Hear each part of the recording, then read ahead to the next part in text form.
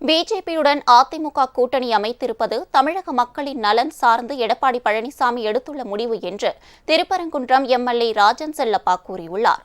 சட்டமன்ற உறுப்பினர் தொகுதி மேம்பாட்டு நிதியிலிருந்து மதுரை அவனியாபுரத்தில் உள்ள நடுநிலைப் பள்ளியில் 15 லட்சம் ரூபாய் மதிப்பீட்டில் அங்கன்வாடி கட்டிடம் கட்டுவதற்கு பூமி பூஜை நடைபெற்றது. இதில் பங்கேற்ற ராஜன் செல்லப்பா பின்னர் செய்தியாளர்களிடம் பேசினார். அப்போது பிஜேபியுடனான கூட்டணி குறித்து அதிமுக பொதுச் செயலாளர் எடப்பாடி பழனிசாமி தெளிவான விளக்கம் அளித்துள்ளார். அவர் எந்த முடிவெடுத்தாலும் கட்சியினர் அதற்கு கட்டுப்படுவோம் என்றும் ராஜன் செல்லப்பா தெரிவித்தார்.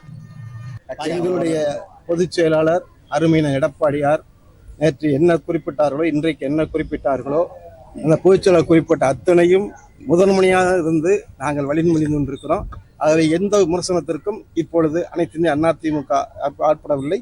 ஆகவே எங்களுடைய பொதுச்செயல் எடுத்து வைக்கிற வாதங்கள் தமிழக மக்கள் நலன் கருதி நாங்கள் எடுக்கிற அத்தனை முடிவுகளும் சிறப்பாக இருக்கும்.